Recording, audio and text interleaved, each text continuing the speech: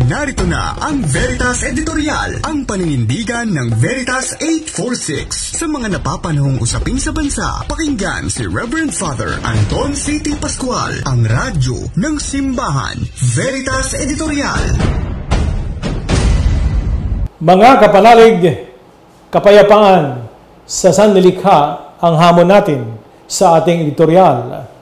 Noong isang linggo, binuksan natin ang panahon ng sanlilikha, Season of Creation.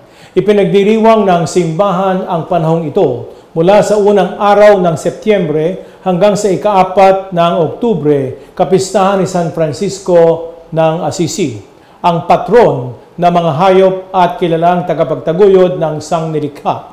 Kahapon, ipinagdiwang natin ang unang misa para sa pangangalaga sa sanlilikha o Care of Creation. Matapos aprubahan ni Pope Leo XIV ang pagkakaroon ng tinatawag na votive mass para dito. Ang votive mass ay isang uri ng misa sa simbahang Katolika na ipinagdiriwang para sa isang partikular na intensyon o debosyon.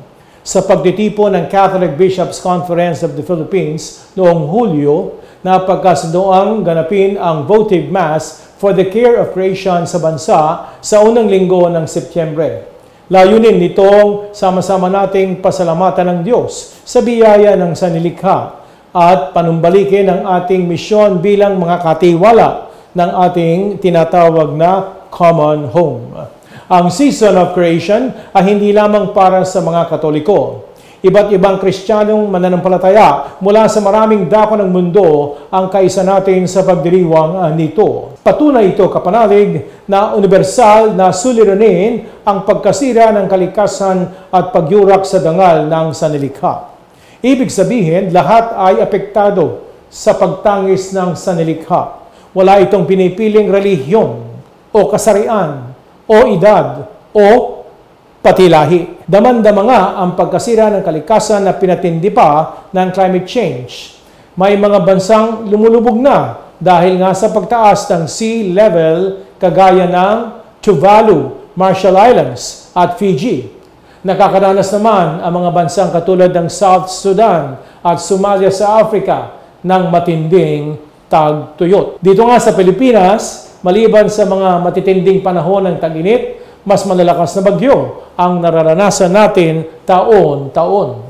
Nagdudulot ang mga extreme weather events na ito ng krisis sa pagkain, banta sa ating kaligtasan, ari-arian, at maging sa buhay natin.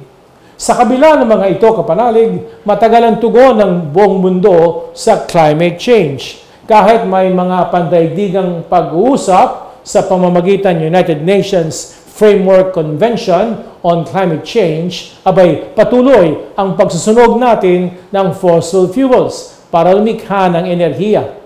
Walang habas ang pagsira sa mga kabundukan. Pinuputol natin ang mga puno at patuloy ang mapaminsalang pagmimina.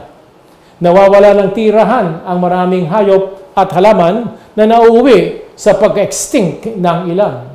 Hindi rin maubos-ubos ang ating basura, lalo na ang mga plastic. Kaya napakaakma ng tema ng Season of Creation ngayong taon, Peace with Creation, kapayapaan sa sanlilikha. Kapanalig, ang kapayapaan ay bunga ng katarungan.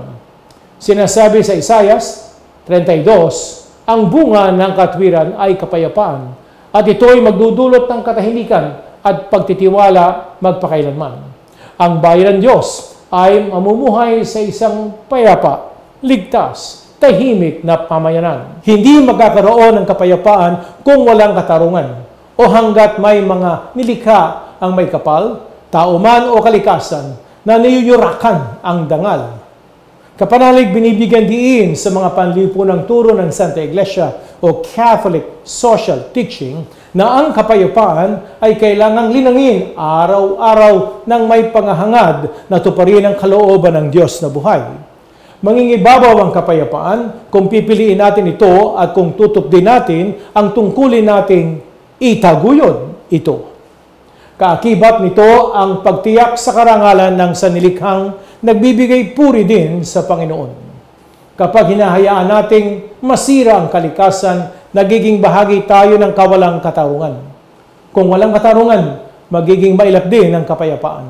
Tayo rin ang babalikan ng pagpapabaya natin.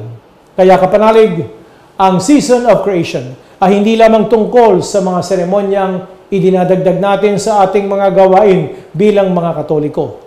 Tanda ang mga ito ng malalim nating pananagutan para tumugon sa pagtangis ng sangnilikha. Araw-araw, sa abot ang ating makakaya, panatilihin natin ang kapayapaan sa pagitan natin, pagitan ng tao, pagitan ng kalikasan. Kailangan ng tao ang kalikasan. Kailangan ng kalikasan ng tao upang manatili yumayabong ang kalooban ng Diyos sa kabutihan ng lahat at ng lahat ng salit-saling lahi. Sumainyo ang kapayapaan. Inyong napakinggan ang Veritas Editorial. Ugaliing pakinggan ang Veritas Editorial kasama si Reverend Father Anton C.T. Pascual. Veritas Editorial.